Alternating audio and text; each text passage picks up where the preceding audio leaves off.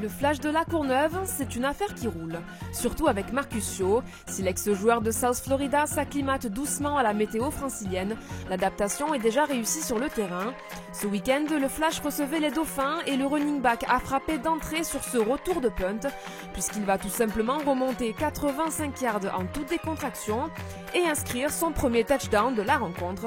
Début de match parfait pour le Flash qui mène déjà 12-0. Mais c'était sans compter le sursaut d'orgueil du jeune Sullivan Silverio. Sur cette 3e et 10, le quarterback niçois envoie une passe de 50 yards pour Andrew James, qui après un numéro de jonglage catche bien la balle et permet aux Dauphins de revenir à un touchdown d'écart. Piqué au vif, le Flash ne tarde pas à réagir et Paul Durand lance un ballon qui passe à travers les mains des Dauphins et atterrit finalement dans celle de Yohan Roua. Nouveau touchdown pour le Flash qui mène 19-6 à la pause. Et la seconde période va commencer comme la première. Sur un drive qui n'aura rien donné, les Dauphins doivent se dégager. Et c'est le retour du Marcus Showtime. Le running back américain récupère le ballon dans ses 10 yards et va se débarrasser de ses adversaires avec une facilité déconcertante. Mais cette fois, il sera bloqué sur les 47 yards du camp niçois.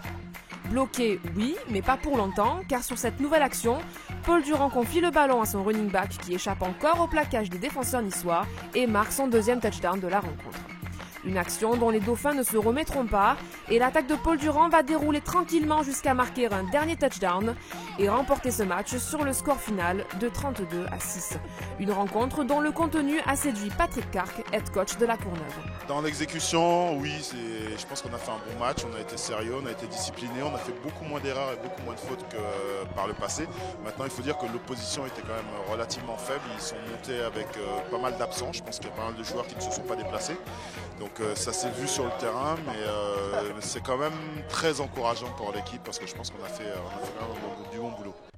Dans les autres rencontres de la soirée, les Templiers recevaient les Black Panthers, un match complètement fou où les deux équipes vont se livrer un véritable chassé-croisé.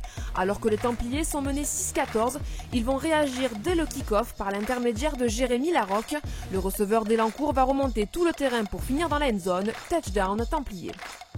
Mais à la mi-temps, ce sont bien les Black Panthers qui vont repartir avec l'avantage au score grâce à cette passe catchée par Milton Knox qui permet à Thonon de mener 19-21 à la pause. En seconde période, c'est bis repetita et les deux équipes vont faire durer le suspense jusqu'au bout, alors que les Templiers pensent avoir tué le match en inscrivant 2 touchdowns d'affilée. Il reste encore 1 minute à Billy Green pour tenter de ramener une victoire à son équipe. 1 minute suffisante pour tenter de trouver de nouveau Milton Knox.